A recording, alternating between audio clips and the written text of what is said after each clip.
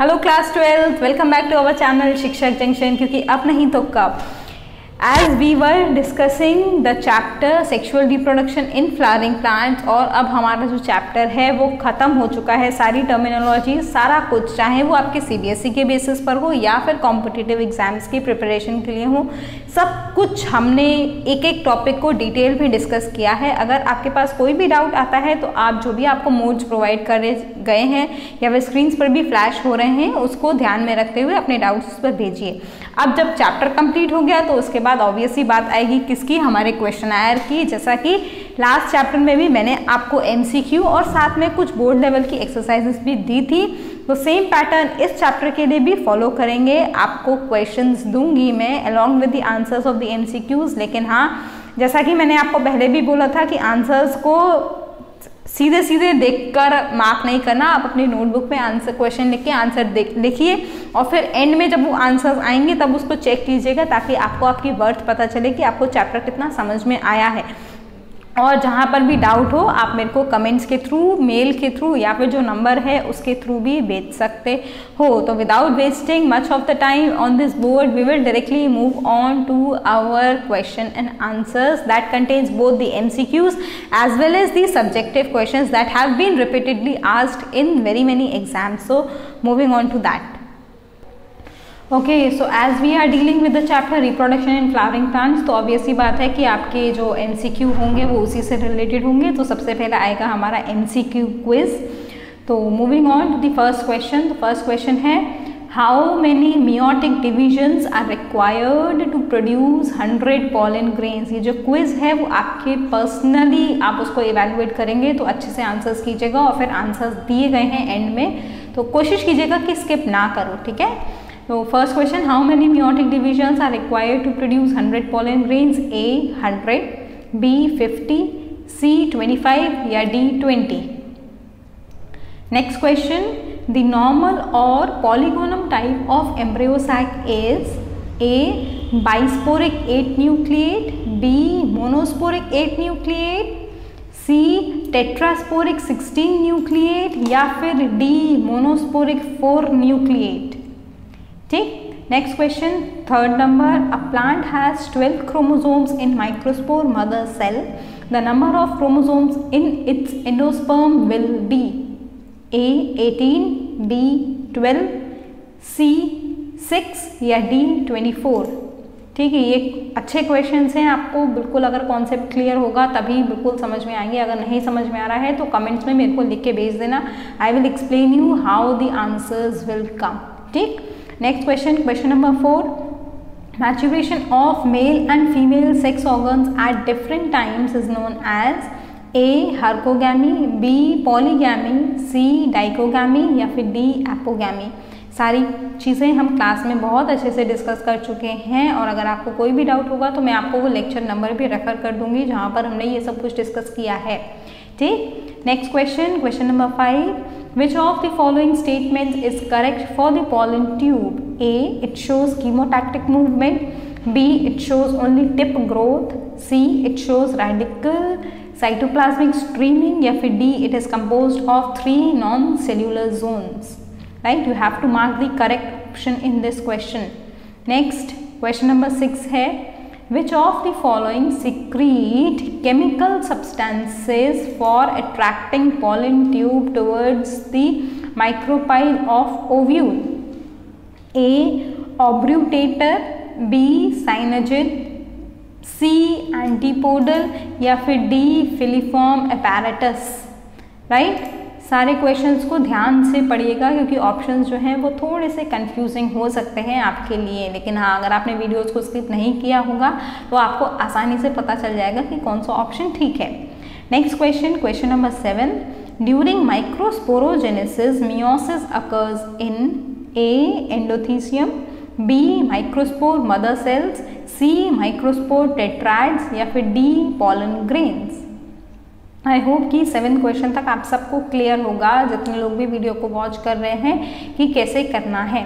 Next question, question number 8, autogamy can occur in chasmogamous flowers if A pollen matures before the maturity of ovule, B ovules mature before maturity of pollen, C both pollen and ovules mature simultaneously, या फिर D both anther and stigma are of equal length. You have to answer autogamy can occur in the chasmogamous flowers. This is very important, right?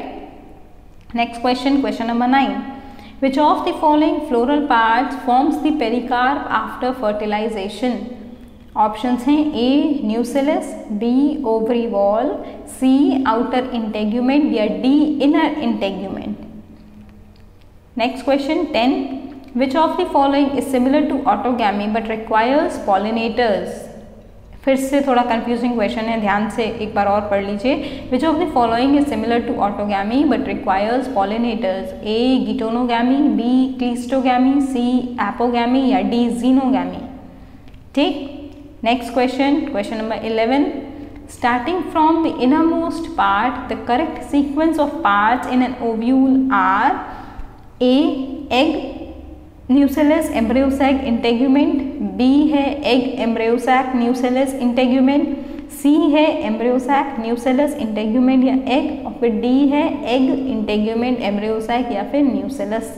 You have to keep in mind कि ज़्यादा से ज़्यादा जो maximum time है questions पर spend करने का वो 1 मिनट लगे, क्योंकि अगर आप ऐसा करेंगे तभी आप अपने कॉम्पिटिटिव एग्जाम्स के लिए भी प्रिपेयर कर पाएंगे और टाइम मैनेजमेंट कर पाएंगे, अदरवाइज नहीं कर पाएंगे.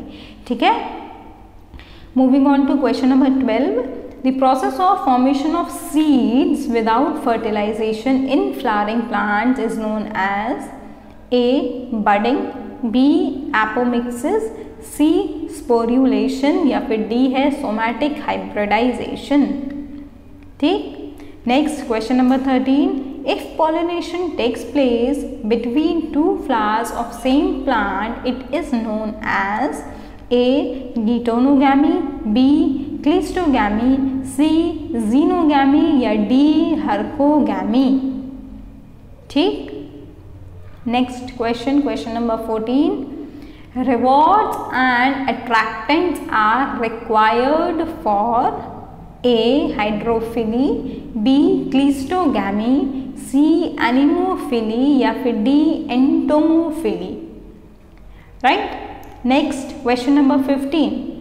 Even after killing the generative cell with a laser beam, the pollen grain of a flowering plant germinates and produces normal pollen tube because. अच्छा क्वेश्चन है. ठीक है. हॉट्स में इंक्लूडेड होता है ये वाला क्वेश्चन, तो अच्छे से पढ़ के करेंगे आंसर. ऑप्शंस हैं A laser beam stimulates pollen germination and pollen tube growth, B laser beam does not damage the region from which pollen tube emerges, C the vegetative cell has not been damaged या फिर D the contents of killed generative cell permit germination and pollen tube growth. Next question, question number 16. फिर से अच्छा question है और थोड़ा conceptual भी है, तो आपको ध्यान से देखना पड़ेगा इसको. Which will lose its economic value if the fruit are produced by induced parthenocarpy. ठीक है. तो अच्छा क्वेश्चन है, आपको ध्यान से पढ़ना पड़ेगा इसको फिर से एक बार. राइट. तो ऑप्शंस हैं ए grapes, be orange, C pomegranate या फिर D banana. Right. Next question, question number 17. Which is the most logical sequence with reference to the life cycle of angiosperms? A germination, endosperm formation, seed dispersal, double fertilization. You have to mention the logical sequence among this, right? B pollination, fertilization, seed formation and germination. C cleavage, fertilization, grafting, fruit formation या D maturation, mitosis, differentiation and fertilization.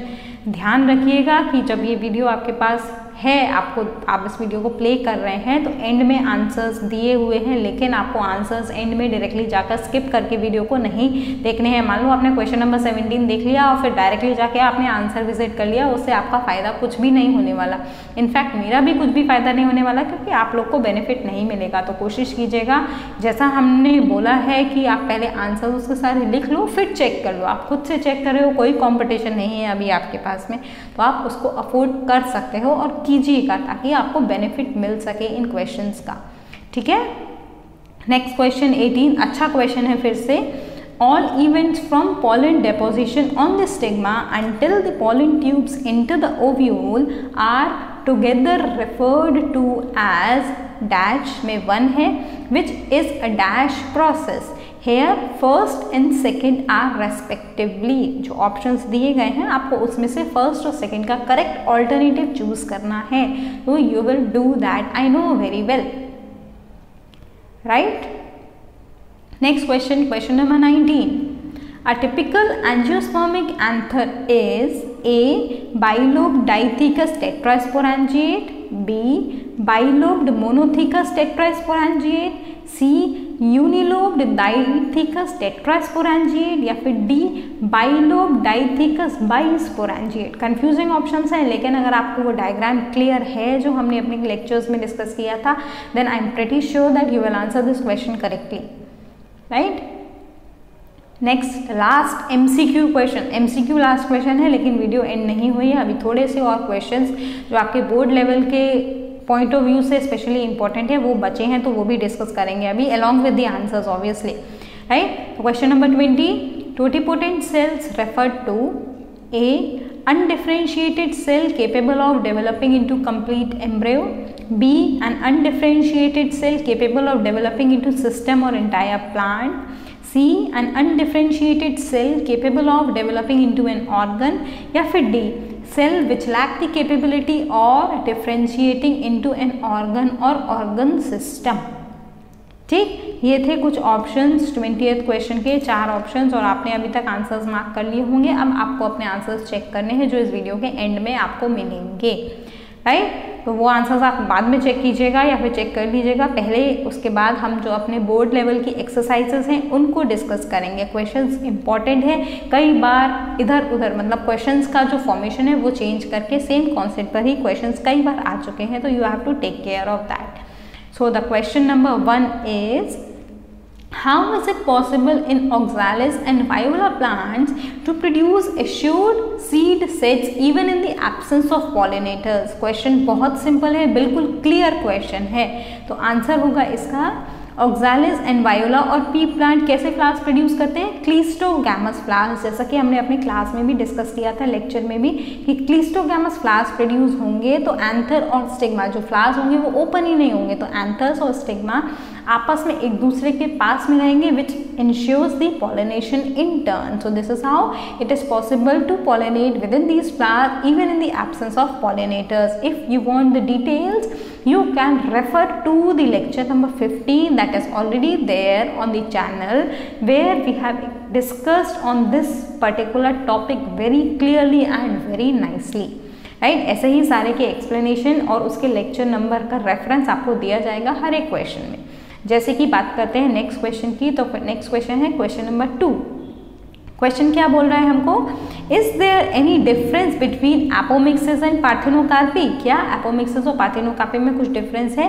If yes then explain giving the benefit of each. अगर हाँ तो फिर आपको उसके benefits देकर भी उसको एक्सप्लेन करना है। तो answer is yes, both the terminologies are different from each other as we all are very well aware of what are these terminologies। क्या है?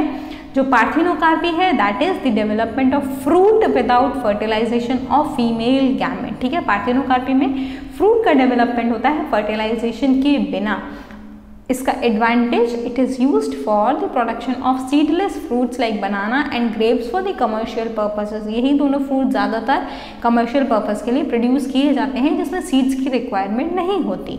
ठीक है, नेक्स्ट आता है एपोमिक्सिस। तो apomixis is the production of seeds without fertilization. Parthenocarpy fruit without fertilization था, apomixis है seed without fertilization. Process occurs obviously within the female gametophyte and it is used for the commercial production of hybrid varieties.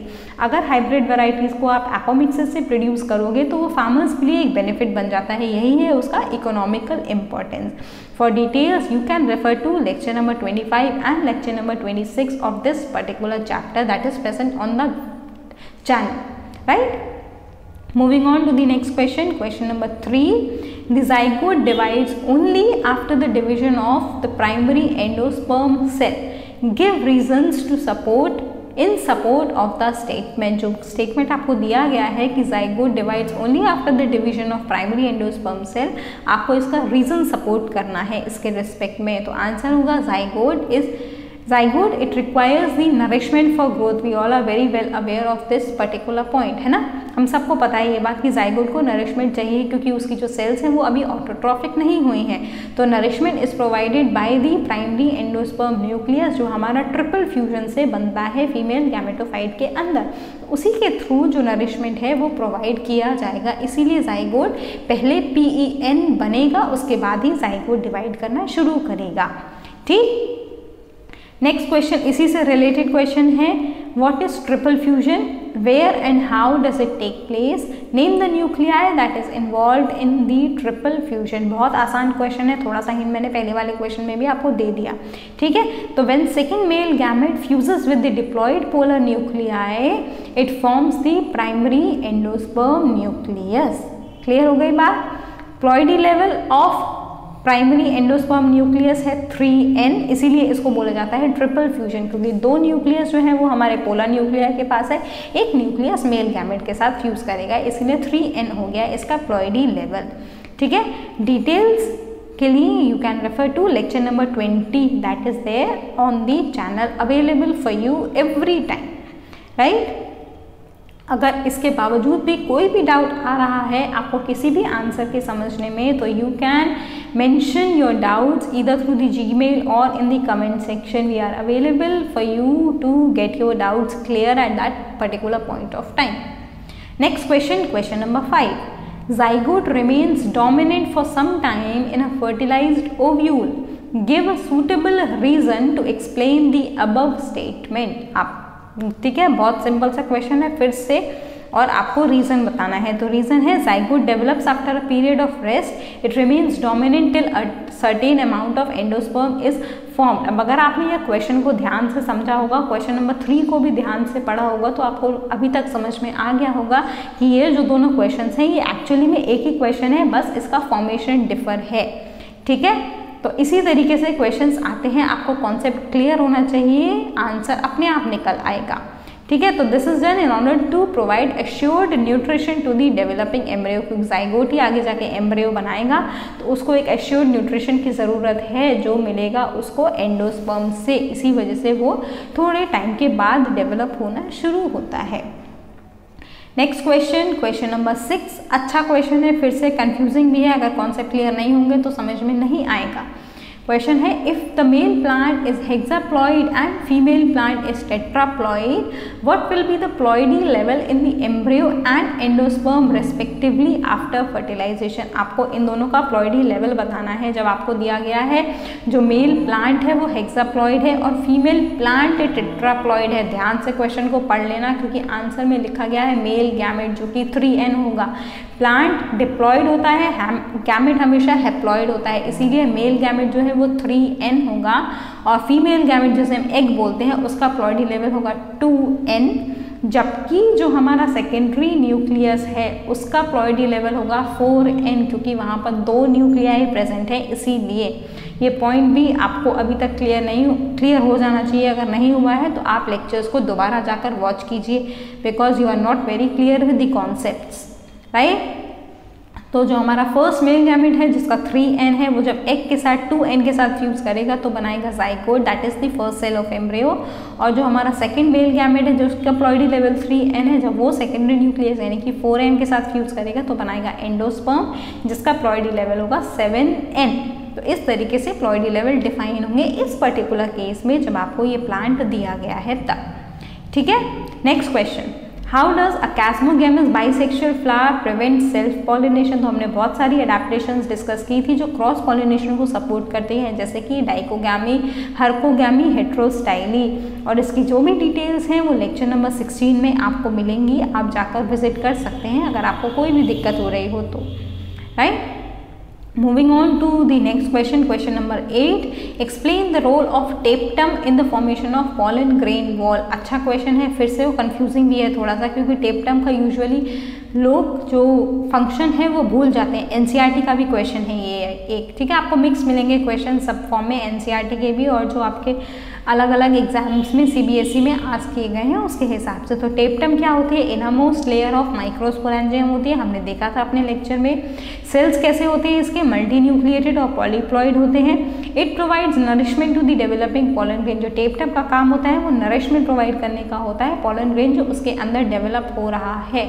इसके अलावा टेप्टम का जो एक और काम होता है वो होता है कि टेप्टम जो है it produces the ubisch bodies which contribute in the formation of sporopollenin. और स्पोरोपोलन जो सब्सटेंस है जो एग्जाइम की आउटर मोस्ट वॉल को कंसिडर करता है या उसको बनाने का काम करता है, वो एक इम्पॉर्टेंट मटीरियल है क्योंकि वो पॉलन ग्रेन को रेजिस्टेंस प्रोवाइड करता है, जिसकी वजह से पॉलन ग्रेन्स काफ़ी टाइम तक वाएबल रहते हैं।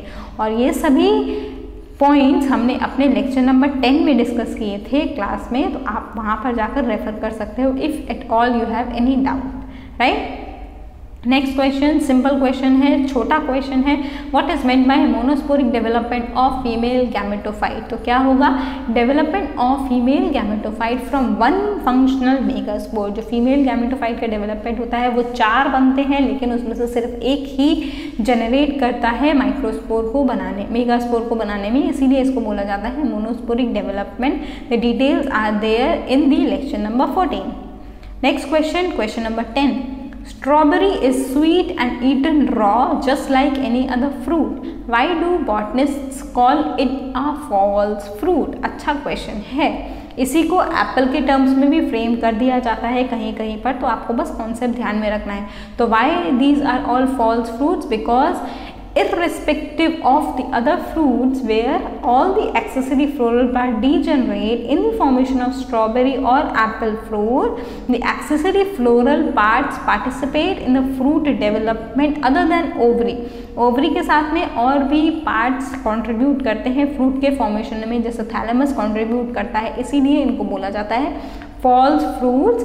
Details are there within the lecture number 25. Go visit the lecture and make your concepts very clear. अगर फिर भी नहीं होते हैं तो आपके पास बहुत सारी choices हैं, आप अपने डाउट्स हमको भेज सकते हैं और भेजा कीजिए, अच्छा लगेगा हमको भी और आपको भी कि आपके डाउट्स जब क्लियर होंगे तब, ठीक है। This is all about these subjective questions also.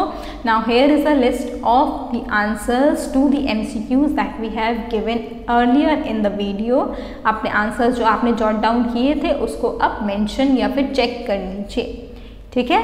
So this is all. We will come with such more amazing questions whenever we will complete our next chapter. और जैसा अगर आप कमेंट करेंगे हमको कि ऐसे क्वेश्चन बीच बीच में भी लाने चाहिए तो we will do that also, right? So thank you and you can ask your doubts at the mentioned email, right? So that is all. Have a good day. Take care. Bye bye. Thank you.